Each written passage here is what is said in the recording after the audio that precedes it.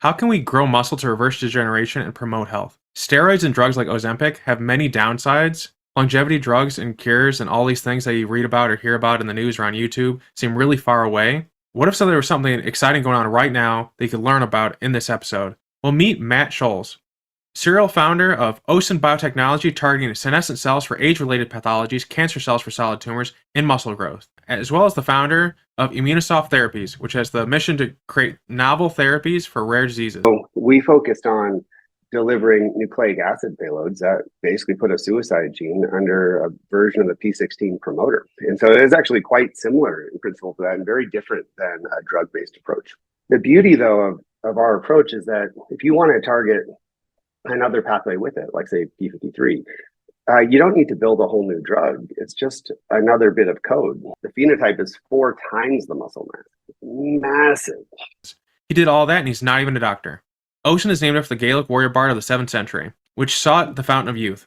Matt is turning that myth into reality and giving us a behind-the-scenes look into his company, his practices, the way he does business, as well as the way he does science, including revealing how he landed Tim Draper, one of the biggest investors in Silicon Valley in the United States as a whole. Before he got on stage, the newly elected as the prime minister of Austria. So it's like a high-profile event, and then he gets on and does this whole thing. And I decided the best way to corner him was to... We'll need to watch the full episode to find out. Learning with Lowell. Learning with Lowell is not recorded in front of a live studio audience, but we do take any questions. Stay tuned and stay curious. Oisin is developing a high-precise, patent-pending DNA-targeting intervention to clear these cells. As a recent study has shown, clearing senescent cells both reduces negative effects of aging pathologies and also extends median lifespan and survival. So that's a quote straight from your website, which aligns with a listener question. A shiny bauble says, there are dozens or more senescent cell companies. Most have struggled to find a mechanism that is sufficiently safe, selective for senescent cells, to use therapeutically, while also providing good drug-like properties. What makes Oisin different? The fundamental approach we've taken to this is quite different than I'd say most, if not all, of the companies out there. And that we set out to basically kill cells based on what they were thinking, not what they looked like or how they were acting. And but more technically, we're killing cells based on their transcriptional activity. And this was really largely inspired by a study that I think, to some extent, launched the field. This Buck Mayo Clinic study where they made the transgenic mice that allowed them to kill P16 positive cells with an otherwise innocuous drug. And the results for that were quite profound, but I suppose in the tradition of a lot of these kind of academic studies, it wasn't translationally useful. You can't go back in time and modify your own embryo, become a transgenic organism. And so for the most part, people have gone about trying to kill senescent cells with repurposed chemotherapies. And yeah, it's a fair point. Making those things selective and safe enough is a real challenge. When we started Oisin, like our goal was to actually make a clinically viable version of that transgenic study. And so we focused on delivering nucleic acid payloads that basically put a suicide gene under a version of the P16 promoter. And so it is actually quite similar in principle to that and very different than a drug-based approach. And so and I think it's a fair point to say that, like, P16 positive cells are not like, a perfect overlap on the Venn diagram of senescent cells. And I think it's also fair to say that the field at large has not yet fully characterized every kind of population of senescent cell. Like, there's still ones I think we don't know exist. And whether getting rid of them is makes things better or worse is actually still an open question. But P16 was a pretty good one, and in those studies, even wiping them out, weekly from the time they were weaned, didn't seem to have any deleterious effects. And so we thought it was a relatively safe and effective way to go about it. The beauty, though, of our approach is that if you want to target another pathway with it, like say P53, at any point in this conversation, if you find value in it, please subscribe. It is hugely beneficial, and it tells Google and everyone out there that this is content worth watching. Thank you for everyone thus far who has commented, liked, subscribed, and told their friends. You don't need to build a whole new drug. It's just another bit of code. The North Star really for Oisin in general going through this is that the essence of life is information. And if you can treat diseases with information, you can do things that really would be impossible, if not wildly impractical, at least, with conventional medicinal chemistry. And so to go after P16 and P53 is trivial. Like there's no need to re-engineer everything. It's just another sequence. And as you start looking at new pathways as the field moves along, I think we can adapt to that in a way that it's very hard to do in any other approach. And so the other thing, we haven't seen toxicity from this that looks problematic. But if you discovered say like P21 is a good example of one that looked like it might have real toxicity if you use that as a primary targeting pathway. You could put what amounts to Boolean logic in your construct because it's now code, it's just DNA, and so you could put a microRNA target or interfering RNA or a suppressor under, and you could actually restrict its expression in tissues in a way that you really couldn't do practically with other approaches. Is it? So I have not been in a lab before, so I don't know the difficulty of actually engineering these things. How hard is it? Like the process? What's that process like? If this is like 2IP, it's fine to just do like a high level. But the Cas9 suicide gene, it reminds me of like Cas9 when they with mosquitoes that they engineered the gene in there, which caused like a gene drive in it, so that like the next generation will all become male, so they all die out, so they can't populate out. That's what I assume is like a structure. But what is it like for what you're doing? Well, so I guess I should make a distinction probably more for the audience than anything else. But Cas9, isn't what's used with like CRISPR type stuff, and Cas9 are actually very different things. Like one is making double-strand breaks. The other is a suicide gene, but the acronyms are similar enough that I frequently get this question where someone's mixing them up. But I guess that a real fundamental difference with the way our technology works is that none of these things integrate into the genome of the organism. So they're DNA, but they're episomal. So they exist as basically a plasmid in the nucleus, but not in the genome itself. And so the goal is not to say eradicate the senescence pathway, which has a lot of utility. The goal is just to make a point in time intervention where those cells will die and other cells will be unharmed, and then you can make a new senescent cell the next day. And so but what's really fascinating about how the field's evolved is we're at a point now where you can type a gene sequence into your iPhone and it'll show up in the mail in a FedEx envelope. Like you can write a program in the language of life and get it delivered to your doorstep. And so the real engineering challenge in the lab and in life is delivery. Your body has a vested interest in not letting foreign DNA execute. And so it puts up a fight. And so you want to basically be able to evade those defenses without causing harm. And traditionally, we use viral vectors for this, right? Adenoviruses, gamma retroviral vectors and lentiviral vectors and all these things, AAV. And they have a real issue in terms of your body knows that a virus is and doesn't like it.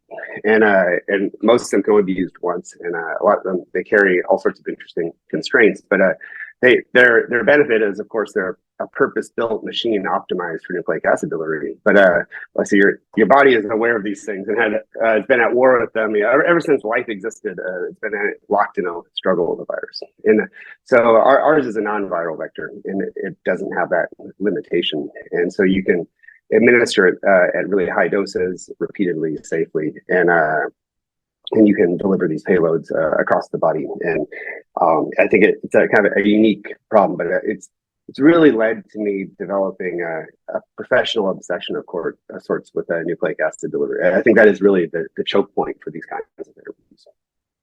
How does a nucleic acid delivery compare to like mRNA vaccines that people are more familiar with when it comes to like COVID and stuff? Well, there's some overlap in them, really.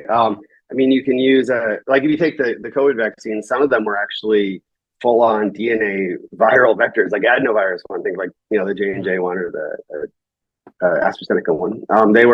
Those were both a straight-out DNA virus. Most, like the Pfizer Moderna ones that were most common in the US, were lipid nanoparticle-based mRNA. And the technology we use, the proteolipid vehicle, is capable of delivering mRNA. So you could actually do this with the same technology. if you put DNA and go the other way, put DNA into a lipid nanoparticle, it becomes far more toxic actually. So they're not used for that. But our particular one can go either way. And the reason we're using DNA is we want to take advantage of the control logic that it affords. So if you put mRNA into these things, it will go to any cell and it will execute. And if you do that with a suicide gene, well, bad things are probably going to happen. It's going to think Indiana Jones face melting type style, where like any cell that's contacted just dies. So we want the control logic for this particular application, but we can use mRNA for other things. Makes sense.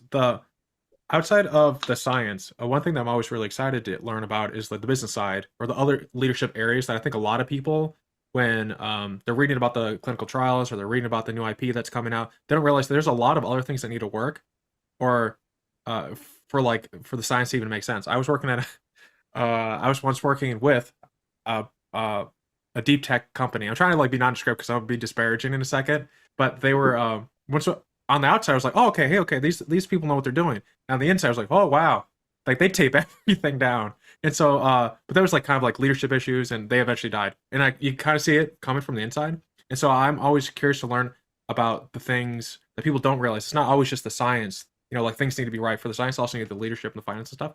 So what do you do anything interesting when it comes to setting up the business or structuring like your burn downs or anything like that?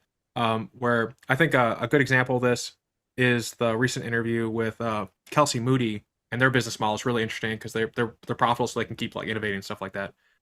So when it comes to the non-science side of things, what's like some of your differentiations, considering the fact that you're like 15, 20 years, you have a long experience to pull from to like do things differently?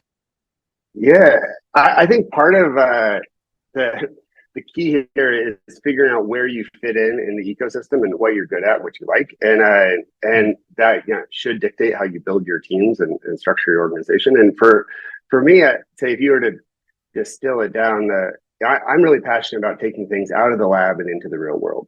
I like finding really cool pieces of technology and figuring out how to build them into something that's therapeutic and useful. So it's like this kind of early translational edge. And so we're not likely to, we're not going to be a commercial pharmaceutical company anytime soon, although I would like to actually at some point do that. So our teams are typically very small. They're focused on finding people who know their spaces really well. Like a good example probably of this was the first one I started, Immusoft. And before that, I had no background in bio, and I'd licensed some technology out of Caltech and later out of University of Minnesota, and then had found some weird stuff in France. As I started to build a lab for the first time, ever, and bring people in, I said, "Look, we're going to be the undisputed world experts in this technology. In this case, producing engineered B cells, autologous long-lived plasma cells to secrete therapeutics. And I said, we're going to know this better than anyone, and like we'll know better than like all the experts out there, like from the tops of their fields to the journals to the regulators. Like this is going to be our expertise, and we're not going to do anything else. Like if it's not a part of that, like we're going to outsource it." And so we basically ran it that hard for like 7 years, and eventually, that went into clinic fairly recently, just in the last few months. The first human ever received an engineered B cell therapy. It's super exciting, but it built like a lead that I think is largely insurmountable. Like that level of focus, you didn't need to have 100 people and like $100 million. Like you needed to have people who knew that stuff better than anyone and could build it, and figure out how to scale this idea from like the first fluorescent cell in a dish. Actually, some of my early proposals and reports, like one GFP positive cell. I'm like, oh, look at that cell. It's amazing. It's a primary B cell that we transfected.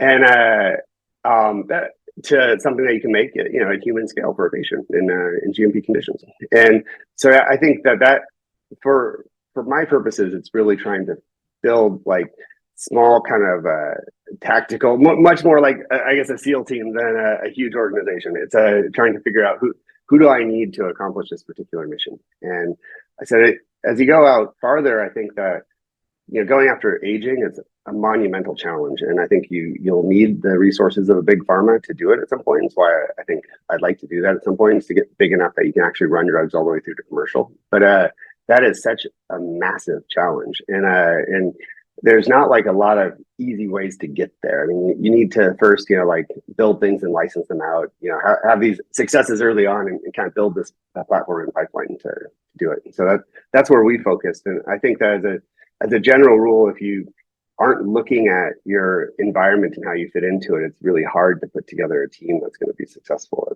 And I'm sure, like I'm familiar with Kelsey's background. It's really fascinating. Kind of like, I suppose, in some respects, like mine, although he is more in the space than I was, but unconventional start. And you see more of this. I mean, the stats, something like 3/4 of all blockbuster drugs on the market come from companies that are small biotech, small pharma.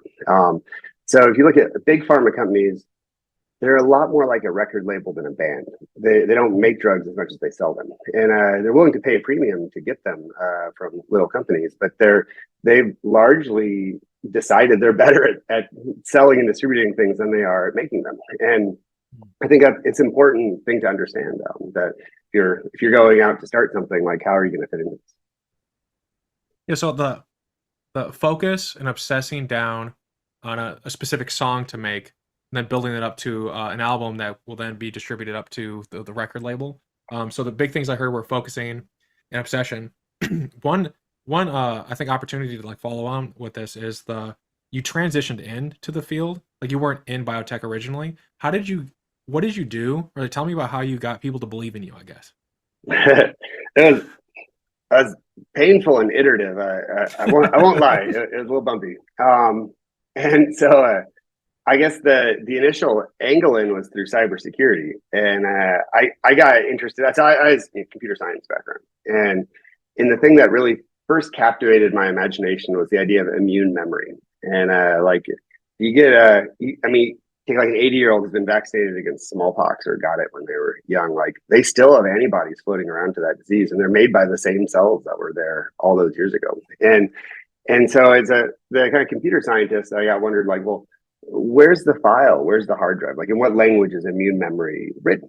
And it kind of led me down this rabbit hole in immunology, the adaptive or humoral immune system in particular. But and when I started thinking about diseases you couldn't vaccinate against effectively, like HIV, there's an interesting phenomenon, right? I mean, this is a disease that's killed tens of millions of people, and everyone who's got it made countless trillions of antibodies in an effort to fight it, and eventually succumbed. But a handful of people made antibodies that kept them safe. They either didn't get sick or they got sick very slowly. And they call these guys elite suppressors or elite controllers. And we've pulled the sequence for these antibodies out of the arms of survivors in Africa primarily, and began to like optimize them in a lab. But if you think about this conceptually, we waged a brute force attack with flesh and blood against a computer program, against a virus. And we fought this battle with the souls of humanity and against a computer program. And so I got interested in trying to use cryptographic hardware, like password breakers, like really high-powered ones, to effectively evolve the immune system in silico, to wage that war with silicon and stuff, flesh and blood. And so I'd started playing around with things like protein docking and all this kind of stuff early on, and long before AlphaFold and all these cool things. But as I got into it, some snarky scientists had pointed out that cells don't have USB ports, and you can't just program them. Like, you couldn't, like, we already knew the sequence for the broadly neutralizing antibodies. You couldn't upload them to people, and that kind of blew me away. And I guess it's a testament to my ignorance of the field. But I'd assume that, like, people already knew how to do that. Like, I mean, people have been obsessed with manipulating DNA ever since they knew what double helix looked like. And like, how could we be that bad at it? And it's like 15 years ago. There's no approved gene or cell therapies back then.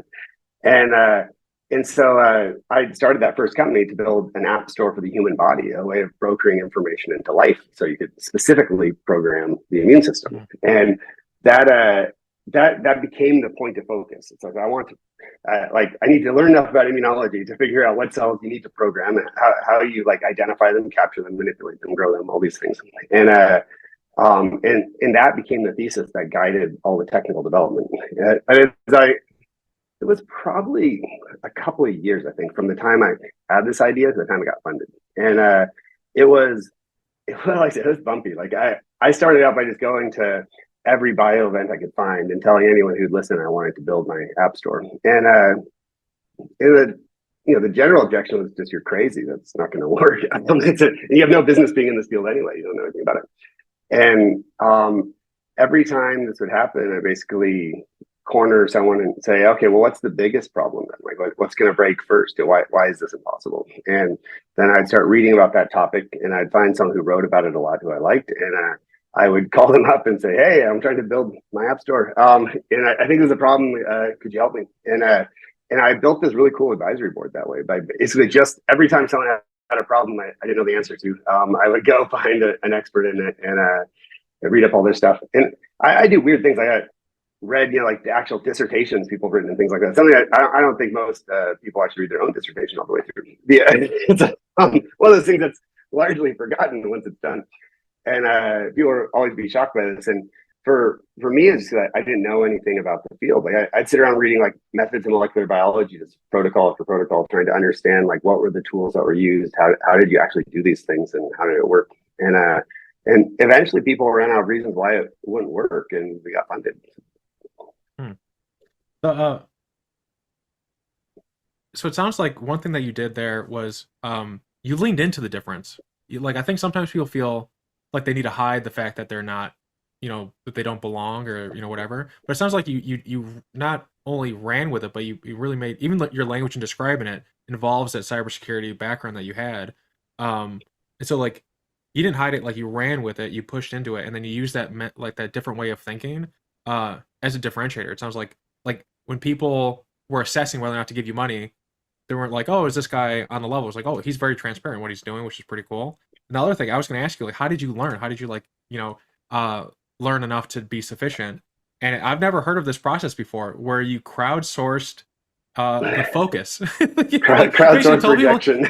Yeah. It's like, you going up to someone and say, hey, this is my idea. It's like, oh, this is all the reasons it can't work. It's like, oh, great, I'll be back in a month.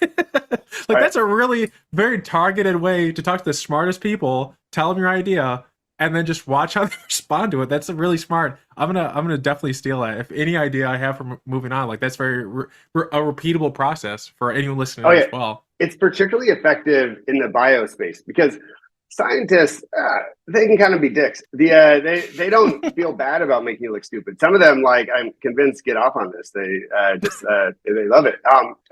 There's a certain demographic I can think of that I will obviously I'll seek out anytime because they're just ruthless. But where like if you're talking about like I don't know your Twitter 3 for the cat or your next AI thing or whatever, like people are like, oh yeah, sure, that sounds fine. Like there's few people who credibly know things about it anyway, and it's not likely to elicit that kind of feedback. Where at a technical, science event, they're just like, yeah, outsider, like this is stupid, and they don't hesitate to do that. I'm part of the culture, I think, a little bit in sciences that they are more forward with that kind of thing, and yeah, I absolutely used it to my advantage. I had there was one person in particular who, after doing this more than once, eventually politely asked me to not talk to him again.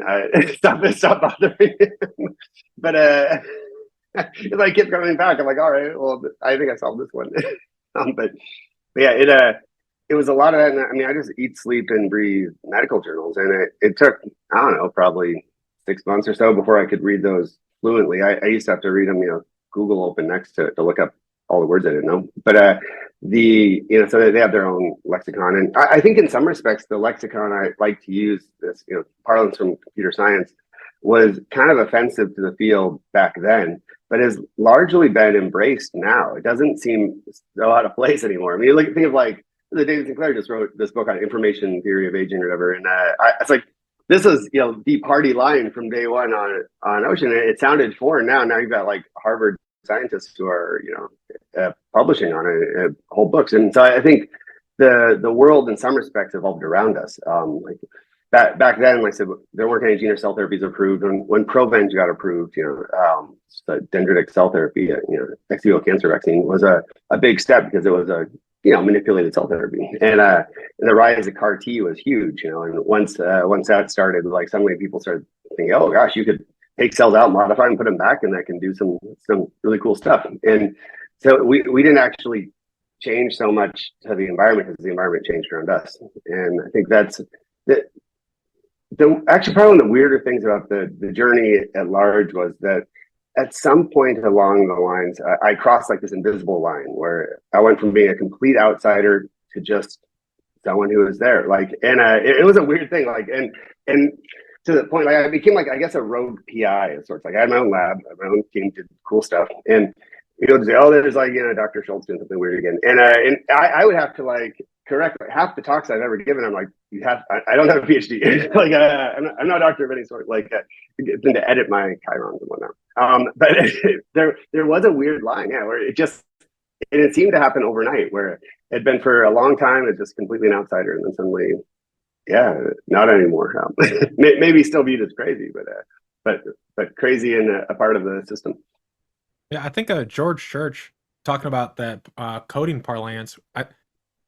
Even going back like since the beginning of CRISPR, he's referred to it more like code, and I mean, it kind of acts that way. I mean, I do programming, so like it is. I don't know how to do the in lab stuff, but in terms of like what I'm reading, it's like, oh, this seems very like one-to-one. And I like the neat thing is that people are more and more understanding code, like the world around them. But besides lower generations, I've been recently reading that people that are below millennial age, they don't know how to figure things out because and this might be one of those mean things, like all those young people, but apparently because everything's so well designed nowadays, they don't know how to troubleshoot as much. It's like when we were kids and we couldn't figure something out, you couldn't like Google how to solve it, so you had to like break and hammer and figure it out. Like the internet, for instance, didn't exist. I assume you're about my age. So like the internet did not exist when I was a kid.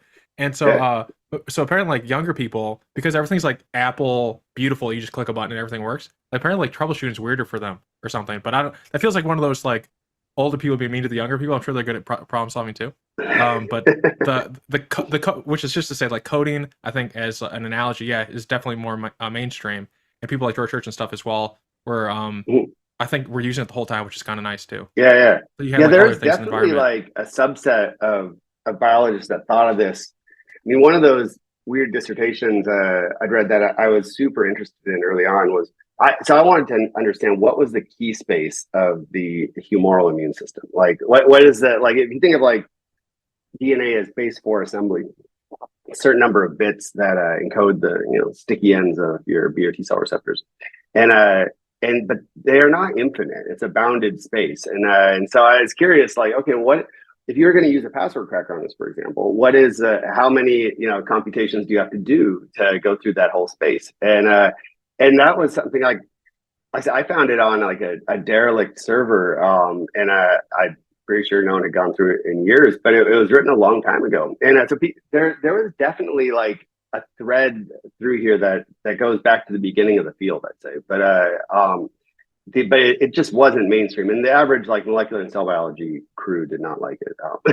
It was it's always been there, but it was definitely a minority, and one that was tolerated less when you weren't George Church, probably, but a renowned scientist at prestigious university. Were any of the people that were original detractors, were any of them eventually hired onto the team? Were any of the people like really, I guess the gentleman who said like stop talking to me, it'd be pretty nice to hear that like he like was on the board now or something, but what's funny is he did find me like a few years later, and he came up to me. He's like, hey, I just wanted to say like I'm impressed by what you accomplished here. Oh, that's nice. I was like, oh, thank you so much for your help. Like you were super helpful early on. I appreciated it. But I think there were definitely, I mean, in terms of like investors and advisors and things like that, people who are like really raked us over the coals, who became really big advocates going forward. But I don't know if there's anyone who we hired outright who thought is entirely insane. But just because we weren't a real big group. But yeah, there's definitely been people who, I mean, in fact, I think some of the biggest advocates, we had over the years have been people who initially were very skeptical of it, and that they once they kind of became convinced of it, they suddenly were like, "Oh my gosh, this is like I have an epiphany of sorts here. This is brilliant. We should totally do this." Mm-hmm. But actually, speaking of investors, I wrote this down for that you were able to get Tim Draper to invest in Immusoft. And so I was just wondering, is there any story behind going, like, I think we're kind of talking about it now, like going from like complete outsider to getting someone who's like one of the key investors for like an entire space? Yeah, well, so the way that initially started to go down was we became one of the first breakout labs companies. And so, I mean, getting it funded was not easy, right? Like, say you want to build something that has never existed with no background in the space is not an easy sell. Like, it doesn't check a lot of boxes. And when Breakout Labs got started, they were basically, so this is part of the Thiel Foundation, so Peter Thiel's group. And they were basically trying to fund things that were too early for venture capital and too outside the box for the NIH. And they issued a press release when they launched, and it's like, this is what we're looking for. And our actually COO today had found this, and he sent it to me. I was like, man, if these guys aren't going to fund us, no one will. Like, this looks like it was written for us. And so we applied to it, and we became part of the first cohort they had. And then it's how I got initially, introduced to Peter Thiel, and then Founders Fund led our Series A. And I had met Draper at one of those events, actually. I think connected to that whole ecosystem. And so he came in the Series A also with Founders Fund.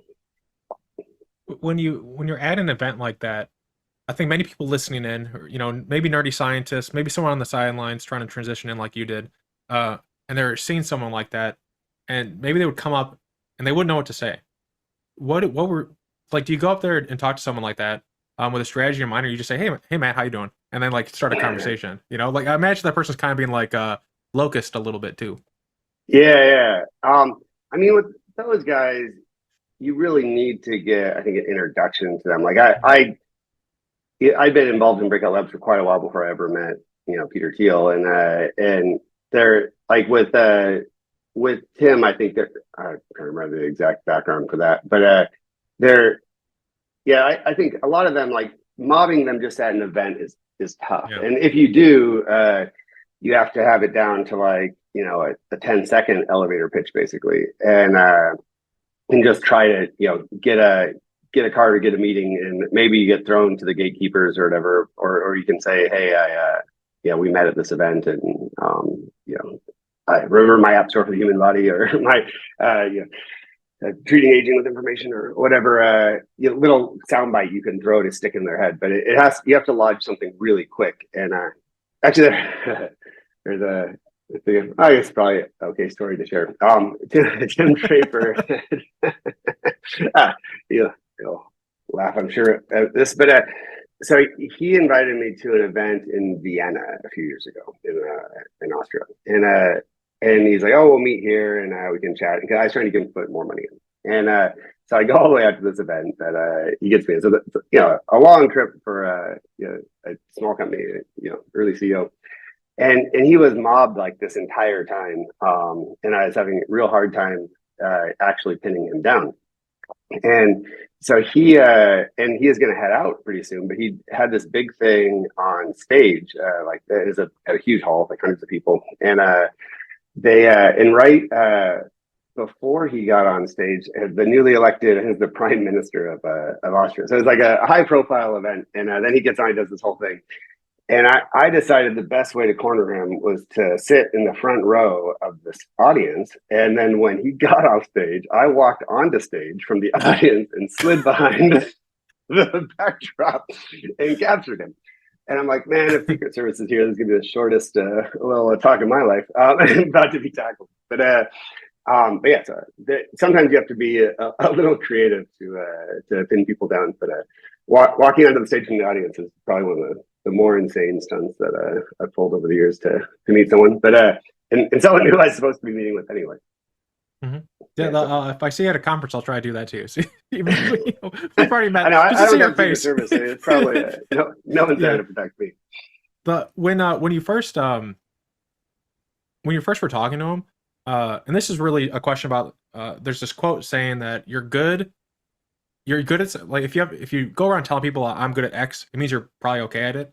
But if you go around and people are like, oh wow, you're good at this, it usually means you're great at it. So when you first were meeting this individual, or was he aware of you, or did you have to speak up for yourself? Like, was the fact that you were in the community and you took your time, like you said, like you were in the fellowship for a while before you met Peter Thiel or what have you, did your work lead the way for these successful relationships to be built, or? And that's fine if they didn't. I was just kind of curious.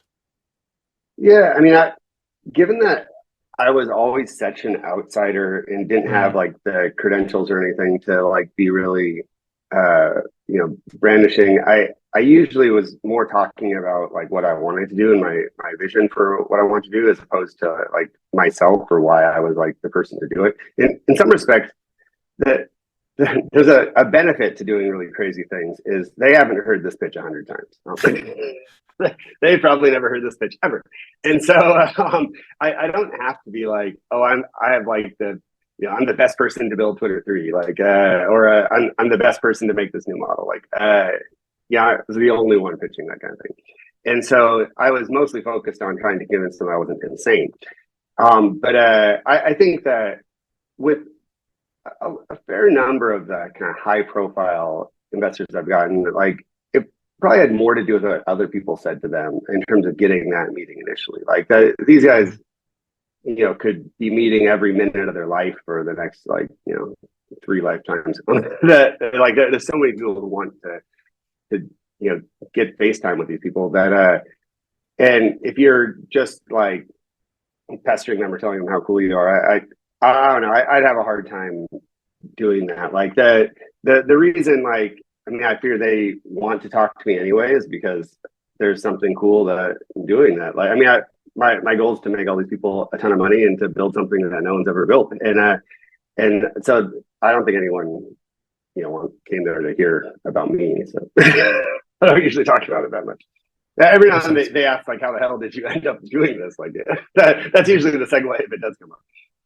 And then just a quick question, because I think Oisin recently completed their seed round, if I was reading this right, or if my memory is serving me. I did not write this down. I should have for this question. Are seed rounds for biotechnology relatively boring? I've read the in the sense of like, do you just use like a convertible safe, or is there other like ways of setting them up that you found to be more successful?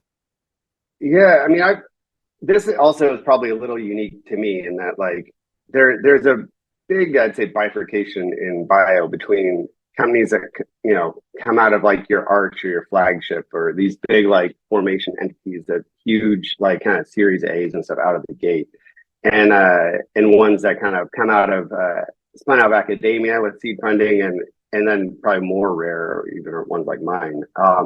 And so we got a whole bunch of like angels and small VCs early on as we did this, and so we did a lot of things like safes and convertible notes early on. So we're actually doing Series A for Ocean now. We got a big pharma strategic investor to lead it, and which is also a little unusual. Those aren't the typical leads they often are following. But in our case, I thought it was a really good fit because they understand the science really well, and so they're. Yeah, I don't know if I'd use the word boring, but they don't do anything super exotic. They're more or less same kinds of things. And I know things like safes and notes are controversial in some circles, but one of the reasons I like them is the last person I want to screw over is the first investors. And if you do things like set evaluation that has no real basis in reality with something that is like crazy high risk, high return in a market that could be very different in a couple of years, it exposes them to a ton of risk, and that they could just be obliterated due to like a change in shift in the market or due to like something taking longer than it should. And so I think they have more protection in these things that allow them to just convert under more favorable terms in one way or another. But, so we've used those a bunch. Yeah, I consider them more boring because I know people who will do like a seed round and they will not do saves. They hate them or something. And it's like, I don't know, it seems pretty straightforward. They seem like the thing that you should do so you can focus on other things. And like you said, I think it makes it easier for investors to kind of invest in you, I think. Yeah, they have flaws. I think they're not perfect. I could envision like a perfect document that was like a hybrid between a convertible note and a safe. I think would be like ideal. And I don't want to get into the legal business of just creating random documents. And in general, people tend to like use a YC safe or something. They're like, okay, I know what this is. You use a template that says like from a major law firm and don't screw with it too much, as just the kind of way it is. But I mean, I understand like the strengths and weaknesses of them, but I think on balance they're a good thing to do. So the back to Oisin and more science related topics. So this is pulling from MIT paper. In it says, and I can go longer if you need it, but the main core is in a new study, senior author Darren Baker of the Mayo Clinic in Minnesota found that if researchers removed senescent cells or prevented them from building up, they could prevent brain degeneration in mice prone to it. And there's more to it that I can give to you on this for context if you'd like. But I'm just curious what you think about that connection between senescent cell therapies and affecting brain health and aging. Yeah, it's something we've seen like in our own studies actually. So we saw a cognitive improvement clearing senescent cells broadly in the body in old mice. And so they weren't prone to the disease, and it wasn't spreading in the brain specifically. But what's interesting about our approach, I'll contrast that, because I don't know if I've read that paper, but if they're clearing it in the brain, it's a little different. So like our typical vector doesn't really cross the blood-brain barrier. So it will transfect cells in the brain, but it's usually in the vasculature. And so even though we weren't like directly removing cells inside the brain tissue, we were seeing benefits in this. And I suspect that this has to do with just integrity of the blood-brain barrier and inflammation in the CNS. That you're clearing senescent cells across the whole body, and you're reducing this inflammatory state, and the body's able to function and regenerate better. The role of senescence inside tissues in the CNS is kind of it's a little different beast. And I suspect that you have more of a problem with on things like your microglia and stuff like that than you would with a neuron. But if you end up with inflammation and impaired garbage collection in the brain, it's probably going to do something bad. And so I think this, as a general thesis, is pretty defensible. But what I'm less clear about is which one is more important. Like if you improve the overall body environment, does that benefit the brain more than directly trying to target the brain? Yeah, I think it was about a year or so ago, I had Oki O'Connor on the show, which corresponded with my first time seeing a neurologist. Yeah, where they scan your head. And it's interesting to see that like most things that affect your heart affect your brain. A lot, like, so if you can keep your heart healthy, you generally keep your brain healthy too. So which is like probably an obvious statement to like people who like know more about this, but it was interesting to think how, if you exercise more, you start thinking a little quicker. There's so many studies. Is huge. Yeah, it's huge. Yeah, I just kind of took it for granted. Like, oh, I exercise, I feel better. And then and there's studies about like even old people when they have cognitive decline, if they do some aerobic exercise, it decreases the rate at that decline, and even in some cases, kind of bring it back. And so, I'm really curious to see some of these long-term studies going on. Because even though we're coming in and we're like, garbage collecting, taking all these senescent cells out, all these different therapies coming on, I'm curious, like, what does a peak human look like? And is it Brian Johnson? But like, what, if you do the right things your whole life, more or less, like, what would that look like? There's certainly some interest now in things like hyperbaric oxygen therapy with vasodilators and stuff like that to just increase nutrients to tissues. And even though people who do kind of alternate both, they'll do hyperbaric oxygen therapy and then they'll do hypoxic training. And so they'll like stress the body on one and then saturate it the other. And this seems reasonable to me, to be honest. I don't know if like, how solid any particular data set is for it, or like, it's I'd say experimental, but it does make sense that like your vasculature beginning to fail impairs pretty much every tissue in your body, and aerobic exercise improves that health and oxygen saturation, all these kinds of things in tissues. And so this kind of just makes sense, right? If you end up with restricted blood flow to things, you get like all sorts of dysfunctions, and so the counteracting that is a logical thing to do across the board. The idea of our general inflammatory cytokines and things like that, like how big is the role of one versus the other, is I think an interesting question that is going to be teased out a little bit more. But I'm sure they both play a role. I don't have much doubt about that. I just don't know to what extent one might be dominant. Is there a future in senescent cells and the brain at Oisin? Do you see like a future where you guys are going to work on that, or is that like Um, kind of just like an interesting thing? well, so our lead program now isn't even the senolytic. It's like our lead program now, it makes you build muscle with that exercise. It's the follistatin Mhm. therapy. I know I should update the website, but um, We get into the and Falstat, and my next question involves Falstat. yeah, so and I mean, this is partly just due to like the pharma interest in the regulatory path and all that. But I think that the way we're likely going to move forward on the senolytic, just in terms of just like future of the science, is building better and better constructs that can target subpopulations of senescent cells more effectively and more precisely. So the best data we have so far is the one where we hit P16 and P53 together. That is definitely synergistic.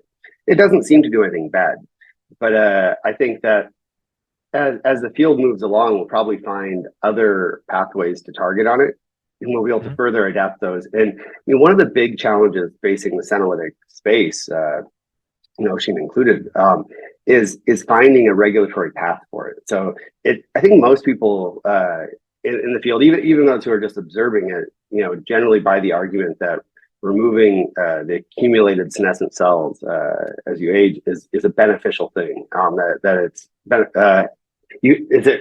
it can address a lot of problems, but that's not the same as tying this to a patient population that has a phase 3 endpoint you can show statistical Mhm. significance on and go through FDA.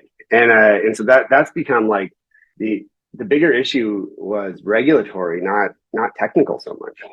And I think that's the ability to zero in on specific subpopulations or to make something more potent, more precise, more reliable in one area increases your odds probably of getting something approved. But on the other hand, I think that if you aren't clearing senescent cells across the entire body, you're likely not going to see a benefit to it. And I think this is really at the heart of why the Unity trial crashed. And they showed this in their preclinical data too. It worked in young animals, not in old, and it was still effective on target in the old. Like it removed senescent cells in the joint, but it wasn't able to overpower the burden across the whole body. And whereas if you take them out across the whole body, even if you're trying to focus it onto a specific target, you probably need the body as well. And I think as we go forward, it's going to be how do you build these better constructs that pick off all of the ones that matter, but that are going to work in one indication.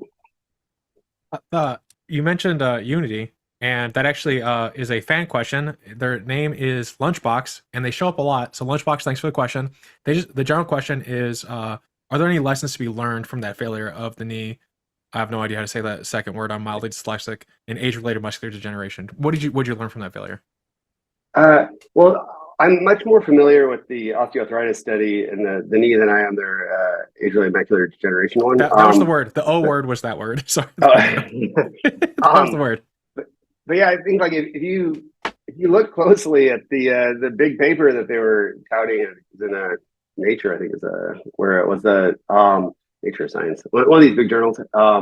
Before they went to clinic, like the abstract conclusion said it worked great, but you start looking at the data and got a panel there where it shows that if you do it in an old animal, it doesn't actually improve the score. Like it's no significant change on it. And this shocked me, frankly, that went forward in the clinic when, no one's that lucky. Like who has preclinical data that comes out worse than the clinical trial? Usually we cure cancer in mice all the time. Like it's much harder in humans. So why take it forward? And you don't have 3-year-olds with osteoarthritis usually. Not mediated by senescent cells probably, but and so I think that really was at the heart of it. Now I don't have any inside information on them or anything like that, but I know that the compound they're using is too toxic to be used systemically. I mean, it was effectively a failed chemotherapy compound, so they were kind of restricted to local administration of it. And in the eye, I think you could make a case that the eye is somewhat immune privileged in a restricted environment, and maybe clearing cells just in the eye would have a benefit, even in an old animal with a largely a SaaS-ridden environment. But and I don't know. Like I said, I haven't dug into that too deep, but certainly in the knee, even preclinically, it didn't work. So in an old animal, and it did clear those cells. I mean, that's what I guess it was on target effective. I don't think anyone had doubted that, and you could show certainly in an old explant it worked, but I think it's a broad environment that got it, and that's my general assessment of it. This we're gonna get back to this science in a second, but in an article by Fierce Biotech in 2013, they're quoting you on something, so I just wanted to, I'll set it up. The then CEO Matt Scholz spoke in skipping primate testing and going directly into humans in the next couple of years, hopefully. And this was in reference to immuno. So I'm a big fan of from the outside, as many animals being tested as possible, because of the terrible things that happen when you don't do it. What do you think about organ on chip, skipping primates to go straight into humans and stuff like that? Like, what do you think about that for clinical trials? Well, it's funny. Like, I've never been a fan of animal testing. I mean, obviously, it's something I've done a lot of, and I mean, I've made such a point of visiting these facilities, seeing what I don't want to become detached from the consequences of my actions. But I think it's necessary at this point to do them. There's no way around it. I mean, it gets kind of preposterous at some point. You're like, you kill a human because you didn't want to test this on an animal. But the reason actually I didn't go to primates, I mean, I'm happy to not do primates if I can avoid it. But the reason that the FDA didn't make us do it, or we convinced them not to, was that the system we built didn't work in primates, period. And so that was an ex vivo cell therapy. And we couldn't even at the time make it work in a mouse. Like, we had to take an immune deficient mouse and then get them to support the human cell. So the system was entirely human from day one. And I tried quite a bit actually to make a primate version of it. And it just, I mean, there's weird things when you start doing ex vivo cell therapy, you can buy a cytokine from 2 different vendors. One will work, one won't. And you switch animals and they're like, oh, that's IL-2. And maybe it's something that was similar to IL-2. It got the same name, but you don't know if it's really doing the same exact thing in the body. And so we basically said, look, there's zero scientific merit for doing this. We can't modify the primate one, and the human ones will be slaughtered. They don't have we can't use an immune deficient monkey the same way we can a mouse. And so that was the rationale for it. And at Ocean we did primate studies actually very early, and the reason for that was that if you look at the history of lipid-based delivery systems, a lot of them looked really good in mice and become wildly toxic in primates and humans. And I mean, think of the history of these things, from what was basically something like a lipofectamine type compound to the modern LMP. Even the modern LMPs, when there were the days when Moderna had IPO'd and stuff, and we're going to treat everything with LMPs, it'll be awesome, we're going to have cancer, all these things. And basically are relegated to the liver and vaccines, because if they administer any more of it, they're going to barbecue that liver. And they just become wildly toxic when they accumulate. And so we were aware of this problem, from the very beginning. And so we wanted to make sure that ours didn't have it. And so we were incentivized to show that we could administer very high doses to the primates without toxicity. But yeah, I think that at some point we'll be able to largely get around this. I'm a huge fan of the idea of, say, a person on a chip kind of testing. That there's certain things where it's hard to imagine it actually working for, how do you age your system on a chip, for example, or does it basically reproduce all these epigenetic changes that might be really important for a therapy like mine? But I think, to the extent that we can minimize animal testing is great. And in some of these tools, they're getting better. And I wouldn't be surprised if we saw a certain classes of molecules be kind of tested on them, maybe not exclusively in the short term, but I mean, the FDA has paved the way to do this, but fairly recently a policy change on it. I know was it the Dave Goebel and those guys were working hard on this. And so I think it'd be very advantageous if we can get this to work. The more we can keep away from furry little creatures in cages, the better. But it is hard to get away from them. I'll have to ask Dane that question. He's coming on the show in a couple of weeks. But as well. I'll ask, see what he thinks Oh as yeah, well. yeah. Yeah. He'll love talking about that. He's working hard on it. Yes. So, Barrel Master, which I think he's the person who is in the field, or a PhD person, because he has very good. I don't know what their gender is. Ask great questions. So there's gonna be like two or three questions just from this person because they were so good. All right. When do you think two input and gate promoters will be good enough to target specific organs with your PLV? I think actually pretty soon. It depends on the. So I guess I'd say from a technical point of view, it's a cell type, not an organ, that is the challenge. Like, because if you think of like in an organ, you could have like say a fibroblast versus hepatocyte or an adipocyte, all living in the same organ in the vasculature. And so if you're to be technical, like you're after a subpopulation of them, and I think some of them are a lot easier than others. That's just, I guess, an artifact of biology. I'll give you an example. Like we have a program to kill fat cells selectively, and it seems to work pretty well. A fun bit of trivia: there's a mouse model transgenic called the fat attack model, which is actually what the ink attack model is based on. That Baker Mayo Clinic one. So you can wipe out adipocytes, and it doesn't seem to cause any trouble. But I got interested in wanting to take out visceral adipocytes selectively. So not hit subcutaneous ones like your cheeks and your ass and all that kind of stuff. And that's proven very difficult. There's not like a single clear promoter to go after. And so then you do really need this more logic gate approach. And in some tissues, it's pretty straightforward. You could do it today without much trouble. And in others, I think the logic gets more complex. And it has to do with really just how the particular cell type is, what genes it's running. And there's some issues with, we have limitations on how you study this with like, large transcriptomic databases or single cell RNA-seq type applications where is every cell there really the same? I mean, if you think of like your lymphocyte populations, we keep finding new populations we never knew existed at all. And so as you start looking at your organ, you think, okay, well, if I'm just trying to make the liver produce an enzyme or say I'm making false enzymes, that's not a big deal. I can hit the liver, I can restrict it to the liver. That's easy. And if I'm off target a little bit, probably not going to cause much trouble. If you are carrying a suicide gene, you're saying, I want to kill just this one cell, and you mess it up, really bad things can happen. So I think there's not like a super easy answer to it.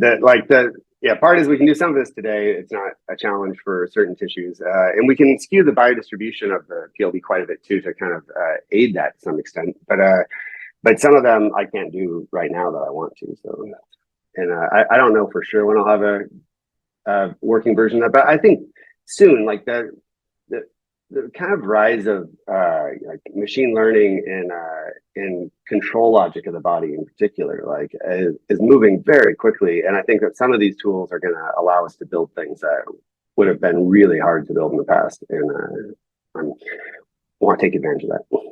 Mm-hmm. When it comes to your therapy, will it be? I imagine this can be some form of injection. Will it be like something that you would take like once a year for a period of time until things are better, and then you take it again when things go bad? Like, how do you see it actually when how it will play in people when it's full through the clinical trials? Well, the muscle building one is probably going to be done like once every 5 to 10 years, I'm guessing. And the senolytic one's different in that I think it will depend on your age. And so if you're really old and you're kind of frail and you have a huge senescence burden, maybe you had some cancer therapies in the past, you might be better served by taking a few lower doses and then going to a high dose of it. Other than before just slamming your body with a really high dose of it. And but once you clear them, I mean, you think, how long does it take to get a wrinkle? It's an interesting question. Like your body accumulates senescent cells from birth, but it doesn't. They don't start causing dysfunction for a while. So and they begin to accumulate kind of exponentially as you get older. And the question, I guess, comes to if you knock them all down, like say you could wipe them out to zero as a 70-year-old. do they rebound at the same rate or not? How quickly do they come back? And what are the other kind of variables going to do to this? And so I would think like the D and Q therapies right now seem to be kind of moving to a stage where you do them like maybe once a quarter or once a year for your cycle of 3 days a week or whatever. I think it's the standard one now. But that's not a super good senolytic, admittedly. So the question is, like, you've got a really good one. I'm guessing you're going to need repeat dosing of it in the senolytic, no matter what. It's just but I think the exact schedule will probably vary by age and what you're trying to treat. And so we're looking at it for blocking the transition of acute kidney injury to chronic kidney disease. And in that scenario, it was probably going to be done as like, one dose every couple of weeks for, a couple of months, then you'd be done and you wouldn't take any more, because it was just trying to break a feedback loop that was causing trouble. But if you're looking at it for aging, I think you're pretty much stuck having to do it indefinitely, because you'll keep getting yourself. Mm-hmm. What would for the muscle line, what would happen theoretically if you were to put it in just like a healthy population? Would it like juice them up at all, or would it? Work for people? Okay. No, it should. Like our first studies in mice, we were just using normal, healthy mice, and it was one administration of it in 6 months, they were 50% larger and twice as strong. And so it's it absolutely should juice up a healthy person. In fact, one of the outstanding questions is, how frail can you be and have it still be working all right? Like, does it have is there a cutoff at some point where it wouldn't work? But it absolutely works really well in young healthy animals. In fact, if you do as a transgenic, the phenotype is 4 times the muscle mass. Massive. That's only been done in mice, to my knowledge. Are there any downsides to the Arnold Schwarzenegger mice? Like, is there, I know with steroids, like you can have like heart effects and stuff like that. Yeah. So in like follistatin therapy type context, there doesn't really seem to be. Like, the metabolic health is improved. We didn't run full lifespan studies on them. Some other people make claims it improves the lifespan of it, but I don't think they've been studied extensively. If you took like the transgenics that are 4 times the muscle mass, I think that probably causes enough stress on the heart to be problematic. Because if you were to scale it at the human size, 4 times the size of a normal human, you're still going to be weighing like 400 or 500 pounds. Like, and even though the therapy itself isn't acting on cardiomyocytes, the stress on the cardiovascular system may have an issue at that point. But and I don't think anyone ran those transgenic mice out for lifespan studies or anything like that. It was more just to explore the pathway. But yeah, I think that in the therapeutic context for follistatin, there doesn't really seem to be any downside to it. It would, I suppose, theoretically make you less resistant to starvation. So you're acting on a pathway that's built to conserve energy effectively. The reason myostatin is there is to make you as weak as possible, and it's I think largely thought for metabolic reasons. A healthy human can go for like a month without food, or a healthy man at least. And I think there's some sex differences between resistance to caloric restriction and starvation. But yeah, so I think that's a theoretical downside to it, but it was one that didn't seem likely in the context that we're living today. I think one interesting aspect of follistatin compared to, say, like a steroid or testosterone is that, like, follistatin isn't different between men and women. It's the same pathway. It doesn't have any androgenic effects. And so, testosterone is this kind of master regulator of all sorts of stuff. And follistatin doesn't really do that. And so there are different splice site variants to it, interestingly enough, that do different things. But those are not what you use in this context.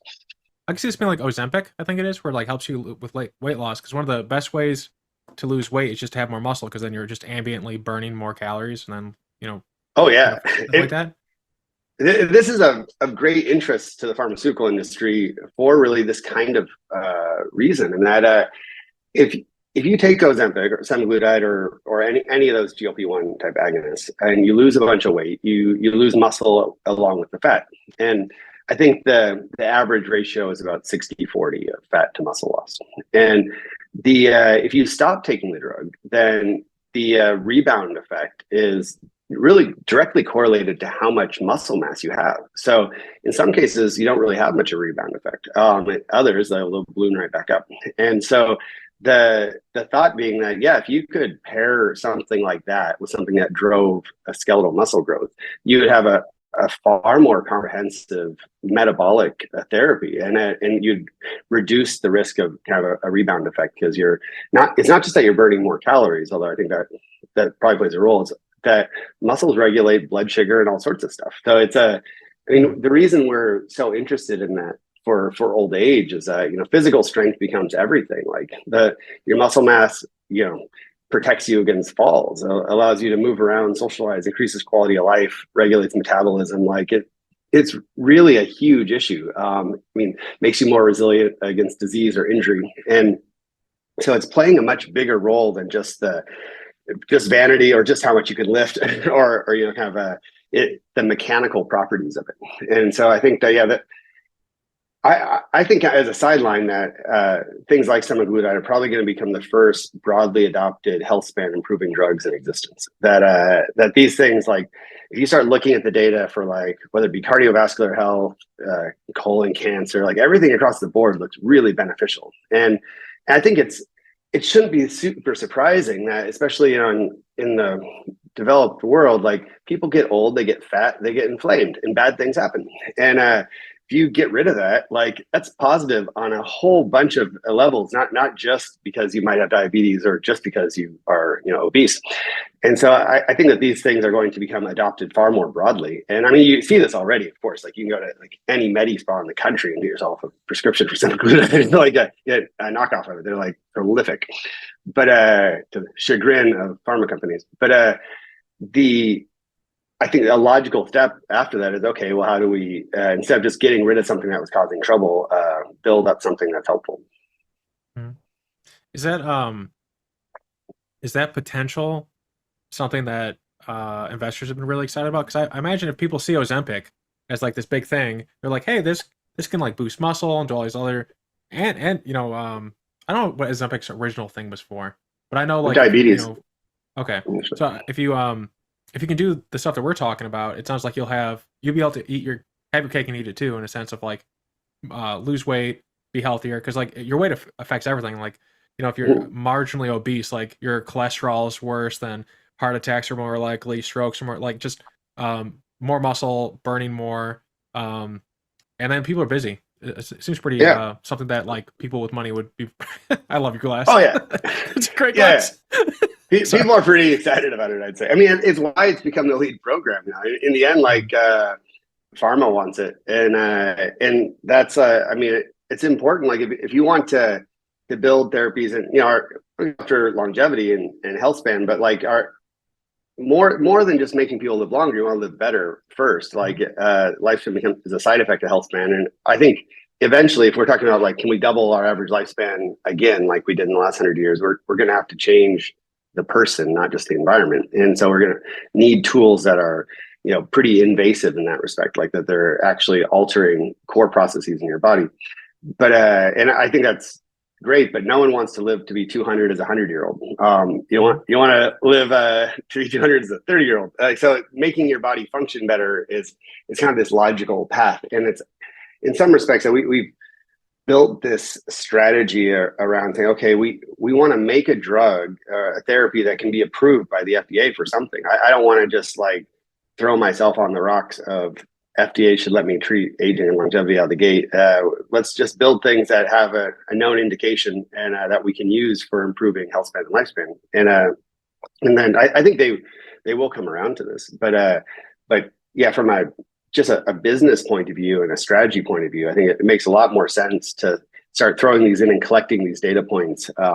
If you got, a licensing deal worth a few $1 billion and a product going into people, and you say, oh, I think we can use this for aging, that's a lot easier sell than saying I'm going to build something that no one's ever tested and use it in a human and say I want to use it for aging.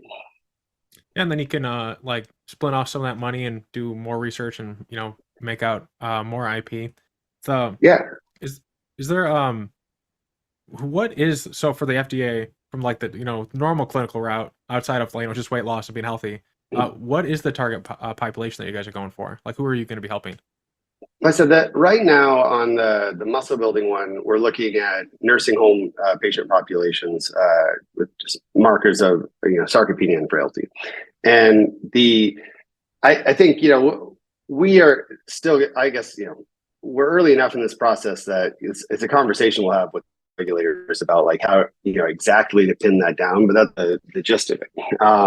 Because they're in a controlled environment, like you can watch them, you can measure them, and ideally can show lots of benefits over time. The other route we've looked at, and we haven't I don't know, we still might go after it, but it's like one that we hadn't put as much into was actual local administration of it. Because if you put it into a muscle, that muscle gets bigger. It's noticeable. And that, of course, is of interest for cosmetic applications, but also it has a huge issue in like injury. And like, I think that like if you're immobilized, you can still use this, for example. And I think that's something we looked at, but we prioritize the systemic one because, frailty is more kind of on mission for the longevity focus, where in local is has some benefits, but it's easier to go from systemic to local than from local to systemic also. So. If you does the therapy have any effect on healing? Like if I like you just said, like injury. So if I tore, like you tear muscles and just exercising, but if you do damage to it, is there like any effects on regeneration at all? I think so. There were some early studies where they're using things like snake venom that was myotoxic and stuff like this, and showing that you could heal faster with follistatin therapies. And I think from normal injury from exercise and use, you see recovery faster because it's stimulating muscle growth. But in the case of if you say broke a bone, it would prevent the atrophy of the muscle, or should mitigate it substantially. But I don't know if it would have any effect on the healing of the bone or healing of skin, for example. I don't think it's like broadly speaking pro-regenerative. I think that it enhances regeneration in muscle specifically. Mm-hmm. Yeah. So I'm a big fan of SENS. Love Michael J. Fox type foundations that basically create IP, which then gets licensed out and does great things. How do you think, as someone who's with your experience, what can be done to encourage and support these kind of like Bell Labs types organizations that are doing this type of work? Yeah, so I mean, interestingly enough, my co-founder had started a foundation, the Long Range Institute, to basically accelerate longevity therapies. Also, as we built this, and largely on this translational aspect to try to make them available faster to people. And I think, where you see probably the most of these kinds of foundations that prove to be effective are in the rare disease spaces. There's a somewhat morbid quip that the best thing that can happen to a rare disease patient is for a movie star's kid to get it or something like that. Basically someone in Hollywood who will publicize this, and then you get like people mobilizing around it. And I think they can be very effective at taking things that would otherwise die in academia and advancing them to the point that a pharma might find them interesting. And this has been, historically a problem. It's why, the Orphan Drug Act and all that stuff was created. That, if you're going to spend, it costs basically the same amount in R&D to make a drug for 1 million people as it does for 10. And you can't recoup the same costs from a small population. So that all these incentives were built to try to encourage development in that space. And I think with a good deal of success, really. But with the foundations, like, rarely have, I think, the ability to take a drug forward the way a pharma or a biotech startup would. And they typically don't have the academic resources themselves to make like really like new deep science stuff. So I think they typically are most effective as kind of facilitators of sorts, where they're like sitting there saying, okay, we're gonna find these people who are working on it. We're gonna give them more money so they keep working on it. And we're gonna take this IP and we're gonna figure out how to like shop it to a pharma or how to get it over this wire. And if they can't get a pharma to do it, we're gonna talk to like an academic hospital who will do it as an investigator-sponsored trial to like get a human proof of concept on it and publish this. And so I think that's how, at least just from my as third party observation, I've seen them tend to be the most effective. I think you could definitely do, there's other approaches to it. Like I said, that Gary Hudson, the co-founder, his idea was to use it more as a translational tool, or like I guess later in this process, where you take something that seemed to like work and apply it to make it accessible, or accessibility tool, as opposed to a straight development one. But yeah, I guess for the purposes of your question, like, what do you want to actually support? I guess it'd be like if the question is how do you support these groups or make them better? What do you want the group to do? Because I think the answer would differ a bit. Like I'm describing how I've seen them most successful, not necessarily how to directly answering your question. Yeah, I guess the answer would be to affect positive change to diseases. So, not just like generate IP, but IP that can help people and improve their lives, like diseases and stuff like that. I think Michael J. Fox, like I was talking to someone, and they said that his organization is basically the reason that they might have like actual Parkinson's, like massive, like the world with or without that foundation is the difference between a Parkinson's being treatable, like something we can do about it, like pretty quickly soon from now, and maybe this century. Well, and think about that. Like, I was back to my cynical little quote, that because you had a famous person who got it, who had the ability to publicize this and serve as could attract this level of interest from science, like they were able to serve as like a focal point or a group that could gather others together. And that's effectively what the foundations do. Like, and I mean, Michael J. Fox is a pretty big foundation at this point, relative to other rare disease ones. Like 500 million, yeah. I mean, it's a good size, and so they're capable of doing things that others couldn't. But I think if you look at like what is it that made the difference, in that it was at some point some scientist who was messing around with these kinds of symptoms, heard that, oh, there's someone interested in this. I bet I can get like my lab some money. I bet I can make another paper out of it. And those are always the earlier actions that take place. Like I think that a lot of the world's problems have been solved, and the answers are just trapped between the ears of a scientist in a lab. And there's a huge problem, I think, with academia, and that like the currency of academia is really publications. And so you get a grant, you write a paper, and typically by the time you apply for a grant, it takes a while to get it. By the time you get it, you've probably already done the work. You use the money on something else, you publish the paper, then you go on to the next thing. And that's the value. Get the paper, like high profile, high impact journal, and do something else. And that it's not an organization incentivized to build therapies. And that's why, like, I mean, when ImmuSoft's a good example of this, actually. So ImmuSoft's core technology came out of Caltech, from a Nobel laureate's lab, David Baltimore's lab. And so it's as high profile as you can get. The guy was president of Caltech. And I had met him randomly at an event, back to our earlier conversation, and said hi. But I called him up and was like, hey, I want to program B cells, and you built this cool lymphopoiesis system. I think I can use it to build my app store. And so that sounds fun. Like, I'll connect you to a tech transfer. And that was like this start. But thinking back, how someone with no background in bio at all could stroll into the Nobel laureate's lab and make off with that technology for very little money was just a testament to how underexploited that space is. That there's not enough people who take things out of the lab into the real world. And this is why I'm so passionate about that niche. Like, it's full circle on this. And foundations, I think, are capable of operating that way. Like, and the ones that are successful often do, where they're doing kind of what I was doing, but doing it as an organization, not as an individual, and focusing more on usually, like, when the foundations get started, there often isn't a clear path to what you want to do. Like in my case, I had a very clear idea of what I wanted to do from the beginning, and I was just looking for pieces.